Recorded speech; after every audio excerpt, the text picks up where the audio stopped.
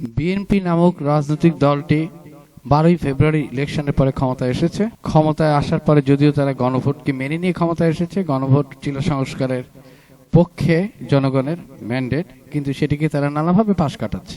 এবং এই পাশ কাটানোর জন্য তারা যে অজুহাতগুলো ব্যবহার করছে তার মধ্যে একটি হচ্ছে বর্তমান সংবিধান, অর্থাৎ 72-এর সংবিধানকে তারা ধর্ম গ্রন্থের মতো সম্মান করে, ভালোবাসে এবং এটাকে তারা সারা জীবন পূজনীয় একটি বিষয় হিসেবে ধরে রাখে। এখানে অনেকগুলো প্রশ্ন চলে আসে যে 72-এর সংবিধান আসলে কি 71-এর মুক্তিযুদ্ধকে রিপ্রেজেন্ট করে? 72-এর সংবিধানের পরে প্রিন্টিং প্রেস অ্যাক্টের মাধ্যমে সংবাদপত্রের স্বাধীনতা লঙ্ঘন করা হয়েছে, এটা কি 71-এর মুক্তিযুদ্ধের অঙ্গীকার ছিল? 72-এর সংবিধানের লেখার আগেই রক্ষী বাহিনী অ্যাক্ট তৈরি হয়েছে এবং সংবিধান দ্বারা তা স্বীকৃত হয়েছে যে রক্ষী বাহিনী অ্যাক্টের মাধ্যমে বিনা ওয়ারেন্টে মানুষকে হত্যা করা যেত, বিনা ওয়ারেন্টে মানুষকে আটক করা যেত এবং মাসের পর মাস, বছর অতিক্রান্ত হয়ে গেলেও তাকে আটকে রাখা যেত। সেটা কি 71-এর মুক্তিযুদ্ধের স্পিরিটকে ধারণ করে? 72-এর সংবিধানের মাধ্যমে বিশেষ ক্ষমতা আইন তৈরি করা হয়েছিল, বিনা বিচারে একজনকে আটক রাখা যাবে যদি সে রাষ্ট্রদ্রোহিতা বা রাষ্ট্রের জন্য হুমকি হয়। বা রাষ্ট্রের জন্য হুমকি আসলে কাকে বলা হয় সেই বিষয়টি কিন্তু 72-এর সংবিধানে পরিষ্কার করা হয়নি। সেটা কি আসলে 71-এর মুক্তিযুদ্ধকে রিপ্রেজেন্ট করে? 72-এর সংবিধানে 75-এর বাকশাল তৈরি করার মতো একটি লুপহোল তৈরি করে রেখেছিল, সেটিকে আসলে 71-এর মুক্তিযুদ্ধের স্পিরিটকে ধারণ করে? 72-এর সংবিধানের পরবর্তী সময়ে এসে দুইটা সামরিক শাসন এসেছে, সেই দুইটা সামরিক শাসন এবং তার সংবিধানে স্বীকৃত হয়, এটা কি 71-এর মুক্তিযুদ্ধের স্পিরিটকে ধারণ করে? তাহলে কোথায় 72-এর সংবিধানের মধ্যে 71-এর মুক্তিযুদ্ধ বা তার চেতনা বা মুক্তিযোদ্ধাদের যে স্যাক্রিফাইস সেটাকে আমরা দেখতে পাচ্ছি? বিষয়টা কি আসলে এরকম?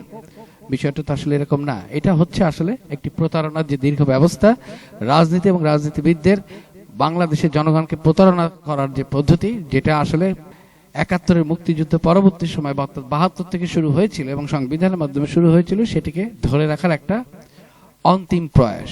অন্তিম এই জন্যই বলছি যে বিএনপি হচ্ছে লাস্ট গণতান্ত্রিক একটি রাজনৈতিক দল যাদের ধ্বংস হয়ে গেলে বাংলাদেশে 71 পরবর্তী সময়ের গণতান্ত্রিক ধারার যে রাজনীতি সেটি নস্যাৎ হয়ে যাবে। এর পিছনে মূল কারণটা কি? মূল কারণটা হচ্ছে when a political party relies on external powers rather than on its own citizens and their collective wills, it can have serious consequences, especially in a country where people have a long-standing commitments to democracy. Such a policy can undermine public trust and shatter collective aspirations. If the party then fails to fulfill the agreements it has made with one or more than one external state or external forces, ignoring the will of the populations, the risk increase further, and should those external power later become hostile to the newly formed government, they may attempt to destabilize or even overthrow it through intelligence operations or political pressure, which in extreme cases can lead to a coup or targeted violence or killing. BNP যে পদ্ধতির মধ্যে গিয়েছে, যদি তারা India এবং US এর সাথে কোনো অন্তর্নিহিত চুক্তি করে এসে থাকে এবং পরবর্তীতে এসে এই অন্তর্নিহিত চুক্তিটি তারা সেই দিকে কাজ না করতে পারে জনগণের প্রেশারের কারণে, বিরোধী দলগুলোর কারণে এবং বর্তমানে ফ্রি ফ্লো অফ ইনফরমেশনের কারণে, দেন ইন্ডিয়া এবং ইউএসএ কি তাদেরকে ছেড়ে দিবে? তাদেরকে তো ছেড়ে দিবে না। সো তাই এটা বলা যায় যে if the BNP has made commitments to both the United States and the India before the elections and is now unable to fulfill them, what will be the consequences? The consequence could be severe for both the party and the people of the country, especially if the BNP already appears to be out of steps with the will of the people. অর্থাৎ এই দুইটা দেশের সাথে যদি সে কোনো পদ্মার অন্তরালে কোনো চুক্তি করে এসে থাকে এবং জনগণ থেকে এই দলটি যদি বিচ্ছিন্ন অবস্থায় থাকে, তাহলে এই দুই শক্তির সাথে চুক্তি যদি according to the treaty যদি তারা ফুলফিল না করে, those states could be hostile to BNP. The consequence will be bad for both the party and the people of the Bangladesh. সেদিকে আমরা যাচ্ছি এবং এই মুহূর্তে জনগণ তাদেরকে রক্ষা করতে পারে, জনগণের সাথে যদি তাদের কানেক্টিভিটি স্টাবলিশ থাকে। আর যদি সেটা না থাকে তাহলে এই ক্ষেত্রে জনগণ তাদের প্রতি হস্টাইল হবে এবং ওই দেশগুলো হবে এবং ফলাফল হবে আরেকটা ধ্বংসযোগ্য, আরেকটা অবক্ষয়, রাজনীতির অবক্ষয়, মানুষের স্বপ্নের অবক্ষয় এবং বাংলাদেশ নামক দেশটির অবক্ষয়। যে তারেক রহমান যে নিশ্চিতভাবে জানেন কারা বাংলাদেশের সেই ডিপ স্টেট যারা আসিফ মাহমুদ, সজীব ভুইয়াদের, ইউনূস সাহেবদেরকে রেখে দিতে চেয়েছিলেন 2029 পর্যন্ত, সেটা যে তারেক রহমান জানেন, কারণ তারাই যে তারেক রহমানের আশাটা বাধাগ্রস্ত করছিলেন সেটাও পরিষ্কার করেছেন এনসিপির এই নেতা। বাংলাদেশে 2024-এর 5ই আগস্টের পর থেকে শেখ হাসিনা সরকারকে ক্ষমতাচ্যুত করতে ডিপ স্টেট কি ভূমিকা রেখেছিল, বা ডিপ স্টেটের ভূমিকাতেই বাংলাদেশের রেজিম চেঞ্জ ঘটে গেল কিনা, শেখ হাসিনা সরকারের পতন হলো কিনা, তা নিয়ে আলোচনা দেশে বিদেশে এমন তুঙ্গে উঠেছিল যে অনেকের আপনাদের মনে থাকবে, এমনকি প্রেসিডেন্ট ট্রাম্প ক্ষমতা গ্রহণের পর ওয়াশিংটনে প্রধানমন্ত্রী মোদী আর প্রেসিডেন্ট ট্রাম্পের মধ্যকার বৈঠক শেষে সাংবাদিকরা প্রশ্ন করে বসেছিলেন প্রেসিডেন্ট ট্রাম্পকে যে ডিপ স্টেট ভূমিকা রেখেছিল কিনা মার্কিন ডিপ স্টেট বাংলাদেশে শেখ হাসিনা সরকারের পতন ঘটাতে। প্রেসিডেন্ট ট্রাম্প সেটা তখন হেসে অস্বীকার করলেও তিনি নিজেই আবার এই খবর নিয়ে হাজির হন সংবাদ মাধ্যমের সামনে যে এক বাংলাদেশেই নাম না জানা এক এনজিও কে $30 মিলিয়ন দেওয়া হয়েছিল। আইআরআই এর মতো মার্কিন যুক্তরাষ্ট্রের গুরুত্বপূর্ণ থিঙ্ক ট্যাঙ্ক গুলো হাজার হাজার ডলার, লাখ লাখ ডলার খরচ করছিল বাংলাদেশের গণতন্ত্র শক্তিশালী করতে।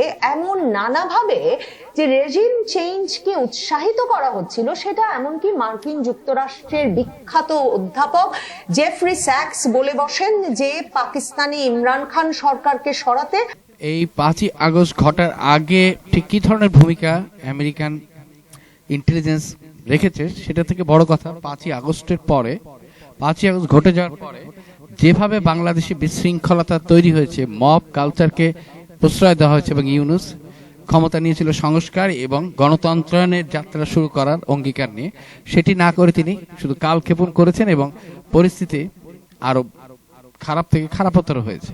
এটার পিছনে ওই সরকারের একটা সুকৌশল পরিকল্পনা ছিল, অর্থাৎ তারা গণতন্ত্রকে বাস্তবায়ন করার পদ্ধতি তারা গ্রহণই করেননি, বরং এটাকে একটা খারাপের দিকে নিয়ে যাওয়া, ক্যাওসের দিকে নিয়ে যাওয়া, ইনস্টেবিলিটির দিকে নিয়ে যাওয়া, এই লক্ষ্যগুলোই তারা বাস্তবায়ন করেছিলেন। এবং সেটারই একটা কন্টিনিউয়েশন এই পদ্মার অন্তরালে থেকে এই বিএনপি সরকারও, যে কারণ তারা ক্ষমতায় আসার আগে এবং তারেক রহমান দেশে আসার আগে তারা এই সব শক্তির সাথেই চুক্তি করেছে গোপনে, এবং বর্তমানে তারা জনগণের যে গণতান্ত্রিক আকাঙ্ক্ষা সেটিরও বিপক্ষে অবস্থান করছে, যেমন ইউনূস সরকার করেছিল। কার্যত ইউনূস সরকার এবং তারেক রহমান সরকারের পলিসিগত দিক থেকে খুব একটা পার্থক্য নেই। তারাও চায়নি প্রতিষ্ঠানগুলো কার্যকর হোক, বাংলাদেশে গণতন্ত্র প্রতিষ্ঠিত হোক, আইনের শাসন প্রতিষ্ঠিত হোক এবং পার্লামেন্টারি পদ্ধতির মাধ্যমে ক্ষমতার বৈষম্য দূর হোক, রাষ্ট্র তার প্রতিষ্ঠানগুলোর মাধ্যমে চলুক এবং ভোটিং সিস্টেমটা একটা দীর্ঘমেয়াদী পদ্ধতি, স্বচ্ছতা এবং জবাবদিহিতার মাধ্যমে একটা চিরস্থায়ী রূপ পাক। এই জিনিসটা যেমন ইউনূস চায়নি, তাদের পরিকল্পনা ছিল উল্টো পথে, এই জিনিসটা বিএনপিও চাচ্ছে না। ইউনূস এই জন্য সংস্কার নাটক করে গিয়েছে, আর বিএনপি করছে 72-এর সংবিধানকে ধারণ করার নাটক। থেকে এই ডিপ স্টেট শব্দটি সারা পৃথিবীতে ছড়িয়ে পড়ে। মার্কিন যুক্তরাষ্ট্রে ডিপ স্টেট বলতে একটা ছায়া সরকারকে বোঝানো হয়, যেখানে যুক্তরাষ্ট্রের সরকারি কর্মকর্তা, বেসরকারি কর্মকর্তা, অত্যন্ত প্রভাবশালী ধনকুবেররা, বৃত্তশালী ব্যক্তিবর্গ সহ নানা প্রভাবশালী ব্যক্তিবর্গরা মিলে একটা নেটওয়ার্ক গড়ে তোলেন, যেই নেটওয়ার্কে আবার এফবিআই, সিআইএ এর গোয়েন্দারাও থাকেন এবং তারা রাজনৈতিক সরকারের সমান্তরালে কাজ করে যুক্তরাষ্ট্রের নীতি এবং সারা পৃথিবীর রাজনীতি নিয়ন্ত্রণের একটা চেষ্টা করেন। আর ডিপ স্টেট তো শুধুমাত্র যুক্তরাষ্ট্রে কাজ করে না, সব দেশেই এই সামরিক, বেসামরিক গোয়েন্দারা, প্রভাবশালী ব্যক্তিবর্গ, বিত্তশালীরা, সুশীল সমাজের প্রতিনিধিরা, যারা রাজনীতি এবং দেশটা কিভাবে চলবে সেই নীতিকে প্রভাবিত করতে চান, তারা মিলেমিশে নেটওয়ার্ক তৈরি করে নানা রকম চেষ্টা, তদবির, আপনার ভাষায় আপনি যদি বলতে চান ষড়যন্ত্র চালান বটে। চেয়েছিল তারাই যাতে 2029 সাল পর্যন্ত ক্ষমতায় থাকে, মানে শেখ হাসিনা সরকারের যে মেয়াদ ছিল 2024-এর নির্বাচনের পর, সেই 2029 পর্যন্ত এই অন্তর্বর্তীকালীন সরকার, ইউনূস সরকার, যার উপদেষ্টা ছিল আসিফ মাহমুদ সজীব ভুইয়ারা, সেই সরকারকে রেখে দেওয়ার প্রচেষ্টায় তৎপর ছিল ডিপ স্টেট।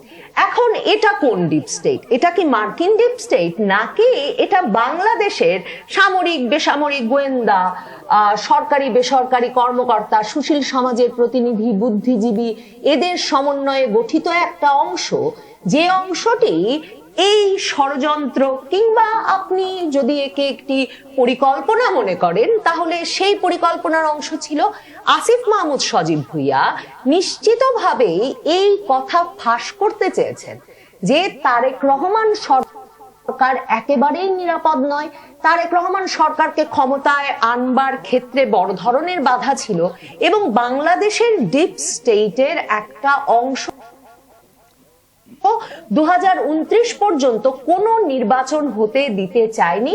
এবং বিশেষভাবে আসিফ মাহমুদ সজীব ভুইয়া বলছেন সেই অংশটি চেয়েছিল বিএনপির নেতারা আদালতে ঘুরতে থাকুন এই পুরোটা সময় জুড়ে, তাদের মামলা মোকদ্দমাগুলো চলতে থাকুক এবং কিছুতেই নির্বাচন হতে না পারুক। আর যেহেতু সকল নেতার সাজা আছে বিএনপির, সেহেতু বিএনপির পক্ষেও নির্বাচনে অংশগ্রহণ করা সম্ভব না হোক, ওই অনির্বাচিত ইউনূস সরকারই ক্ষমতায় থেকে যাক 2029 পর্যন্ত।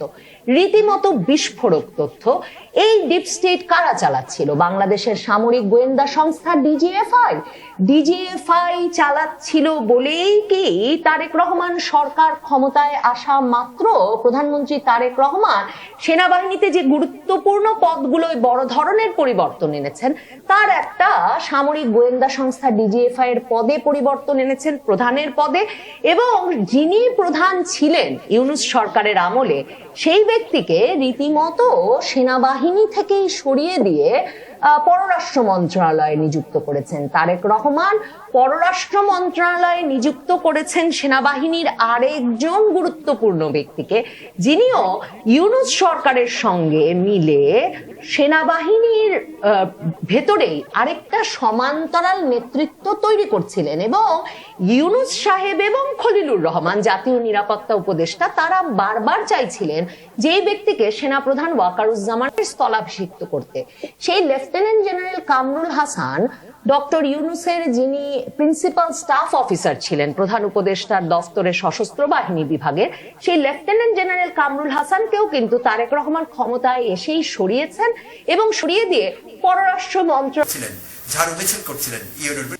দেশ স্বাধীন হয়েছে, আমরা তো আছি, তোমাদের সেবকেরা, আগে তোমাদের সেবা করেছি, দেশকে বারবার বিশ্ব চ্যাম্পিয়ন করেছি দুর্নীতিতে, আমরা তো আছি, আমাদের হাতে ক্ষমতা দিয়ে দাও। বিএনপি সেই ভাবটি ধরেছিল। 5 আগস্ট থেকে দেখছি আমরা সেটি, গুলোকে সমন্বয় করবার জন্য জাতীয় ঐকমত্য কমিশন, সেই সবের মিটিং এ বিএনপি হাজিরা দিয়েছে, রুটিন হাজিরা। আর প্রতিদিন আমরা দেখেছি বিএনপিকে অভিনয় করে তুলেছে। এক মুখে বলেছে আমরা আপনাদের সঙ্গে আছি, আপনাদের বড় ভক্ত, আপনাদের বড় সমর্থক, আপনাদের বড় সহযোগী, আমরা সংস্কার চাই। আরেক মুখে বলেছে আপনারা কারা, সংস্কার কি, এসব আমরা ছুঁড়ে ফেলে দিব, এসব বদলে ফেলবো, যা ইচ্ছে তাই করেন, আমাদের একবার ক্ষমতা আসতে দেন। সব কথা আমাদের মনে আছে। আমি এখন আর দুগ্ধপুষ্য শিশু নই, 69-এর এনামুল কবির নই, আমি 2026-এর এনামুল কবির। 2024 এই জায়গাটাই হচ্ছে বিএনপির জনবিচ্ছিন্নতা বা the popular will of the পিপুলকে ইগনোর করা, কিংবা সেটাকে ভিন্নভাবে উপস্থাপন করে এক ধরনের প্রতারণার আশ্রয় নেওয়া। এবং এখান থেকে বিএনপি 24-এর পরবর্তী সময়ে গণবিচ্ছিন্ন অবস্থানটা তৈরি হওয়া। এখন এরকম একটি অবস্থায় বিএনপি যখন ইন্ডিয়া এবং ইউএস এর উপর নির্ভর করে কোনো গোপন আতাত করে ক্ষমতায় আসে, এবং সেই অবস্থায় যদি সেই আতাতটা তারা পুরোপুরি ফুলফিল না করতে পারে, এই গোপন আতাতগুলো তো আসলে কোনো জনগণের পক্ষে কোনো কর্মকাণ্ড হয় না। এটা বিভিন্ন শক্তিকে সহায়তা করা কিংবা বিভিন্ন পলিসিকে বাস্তবায়ন করা ওই সকল দেশের চাওয়া অনুযায়ী। সেটি যদি তারা করতে ব্যর্থ হয়, তাহলে তারা আগেই গণবিচ্ছিন্ন হয়ে গিয়েছে জনগণের আকাঙ্ক্ষাকে বাস্তবায়ন না করে, এবং এখনো সেই গণবিচ্ছিন্নতার পথকে ধরে রাখার জন্য বিভিন্ন ফন্দি ফকির করছে।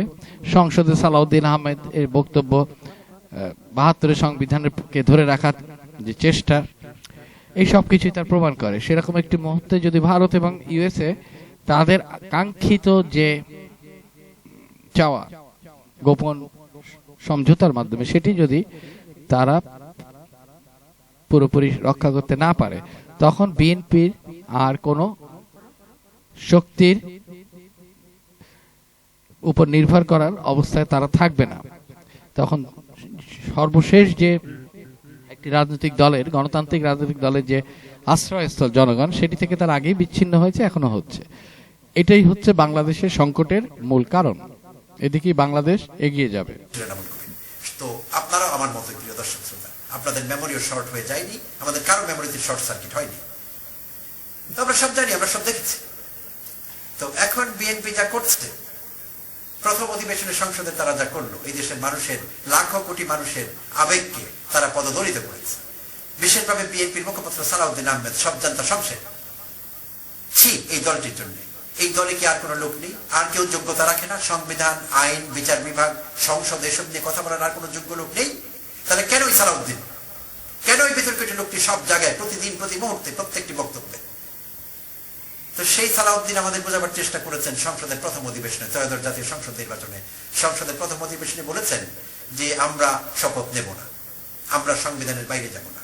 কোন সংবিধান? ৭২ সংবিধান, যেই সংবিধানের কারণে খাদিজা গত পরশুদিন শহীদ রাষ্ট্রপতি জিয়াউর রহমানের নাম নিতে পারেননি। তিনি সাংবিধানিক বাধ্যবাধকতা ছিলেন। কেন তিনি নাম নেবেন? কিভাবে নেবেন? বেআইনি কাজ তিনি কিভাবে করবেন? সালাউদ্দিন আহমেদের শেখানো পথেই তিনি চলছিলেন, জনাব তারেক রহমানের প্রধানমন্ত্রীর শেখানো পথেই তিনি চলছিলেন। আপনারা তো তাই চাইছেন যে আমরা ৭২ সংবিধানকে সম্মান করি, শ্রদ্ধা করি। তাই তাহলে জিয়াউর রহমানের নাম সেভাবে কি করে আসবে? একজন সরকারি কর্মকর্তা বেআইনি কাজ করবেন কি করে? কারণ উত্তরকালে তাকে জবাব দিতে হবে, পট পরিবর্তন হয়ে তাকে বলতে হবে সেদিন বেআইনি ভাবে আপনি জিয়াউর রহমানকে গ্লোরিফাই করেছেন, কেন করেছেন? তাই তিনি সঠিক কাজটি করেছেন, কিন্তু কোনো ভুল করেননি। ইউএনও খাদিজার সংবিধান ঠিকই পড়া ছিল, বিএনপি নেতাকর্মীদের কি পড়া ছিল? মহেশপুরের আমি সেই বিএনপি নেতাকর্মীদের জিজ্ঞেস করছি, যারা না বুঝে ছাগলের ৩ নম্বরের মতো লাফালাফি করছিলেন, ঝাড়ু মিছিল করছিলেন ইউএনওর বিরুদ্ধে, আপনাদের কি সংবিধান পড়া ছিল? পড়া আছে? কখনো পড়েছেন? আপনারা লেখাপড়া করেন? শহীদ রাষ্ট্রপতি জিয়াউর রহমান ট্রেনিং সেন্টার খুলেছিলেন বিএনপি নেতাদের প্রশিক্ষিত করবার জন্য, লেখাপড়া শেখাবার জন্য, এবং ট্রেনিং দিয়ে পরীক্ষাও নিয়েছিলেন। সেই পরীক্ষায় বিএনপির উচ্চ পর্যায়ের সব নেতা, সব হাই আপস, সবাই মিজারেবলি ফেল করেছিল সেই পরীক্ষায়। জিয়াউর রহমানের সেই পরীক্ষায় তারা টিকেনি, অর্থাৎ তারাও লেখাপড়া করতো না। আপনারাও করেন না। করলে তো ঝড় মিছিল করতেন না ইউএনের বিরুদ্ধে, চুপ করে থাকতেন, লজ্জিত হতেন, আত্মজিজ্ঞাসা করতেন, নিজেকে জিজ্ঞেস করতেন ইউএনও কি ঠিক কাজ করেছে? তিনি কি করে জিয়াউর রহমানের নাম নেবেন? সংবিধান পড়া থাকলে আপনাদের বিষয়টি জানা থাকতো। আপনারা পড়েননি কখনো সংবিধান, পড়েনও না। সালাউদ্দিন আহমেদকে শুনে আপনারা বয়ান তৈরি করেন। সালাউদ্দিন আপনাদের গুরু, আপনাদের মেন্টর। সালাউদ্দিন আপনাদের সংবিধান শেখাচ্ছে, গণতন্ত্রের দীক্ষা দিচ্ছে, বিচার বিভাগ, সংসদ সবকিছু সম্পর্কে তার কাছে আপনারা লেসন নিচ্ছেন। আর তিনি আপনাদের ভুল পাঠ দিচ্ছেন, অবশ্যই ভুল পাঠ দিচ্ছেন। কারণ ৭২ সংবিধানকে আমাদের মাথায় করে রাখতে হলে, সেই সংবিধান অনুযায়ী সবকিছু করতে হলে, জুলাই অভ্যুত্থান সিদ্ধ হয়নি, বৈধ হয়নি, অবৈধ ছিল সেই চেষ্টা। আর জুলাই অভ্যুত্থান উত্তর সরকার, অন্তর্বর্তীকালীন সরকার বৈধ হয়নি। অধ্যাপক ইউনূস প্রধান উপদেষ্টা হিসেবে অবৈধ ছিলেন, এবং তার গৃহীত সব কর্মসূচি অবৈধ, এবং তাদের পরিচালিত, অন্তর্বর্তীকালীন সরকারের পরিচালিত ত্রয়োদশ জাতীয় সংসদ নির্বাচন ইটসেলফ ওয়াজ ইলিগাল, অবৈধ ছিল সেটি। আর সেই অবৈধ নির্বাচনে আপনারা অবৈধ সংসদ সদস্য, আপনারা বৈধ সংসদ সদস্য না। এবং মিস্টার সালাউদ্দিন আহমেদ, আপনি অবৈধ স্বরাষ্ট্রমন্ত্রী। সো অবৈধ লোকের কাছ থেকে আমরা এত কথা শুনবো কি করে? তাই গণভোটকে যদি বাদ দিতে হয়, যে ষড়যন্ত্র আপনারা করছেন এখন, গণভোটকে বাদ দেবেন, জুলাই সনদকে বাদ দেবেন, এবং মুখে মুখে মাঝে মাঝে বলবেন আমরা জুলাই মানি। যে ষড়যন্ত্র, যে কূট চাল, যে কূট কৌশলে আপনারা আছেন, সফল হবে না। যদি সত্যিকার অর্থে আপনারা এটি মেন করেন, ৭২ সংবিধানকে মাথায় করে রাখতে চান, ফাইন, সেই চেষ্টা আপনারা করতেই পারেন। তাহলে পদত্যাগ করুন, কারণ আপনারা অবৈধ সাংসদ, আপনি অবৈধ স্বরাষ্ট্রমন্ত্রী।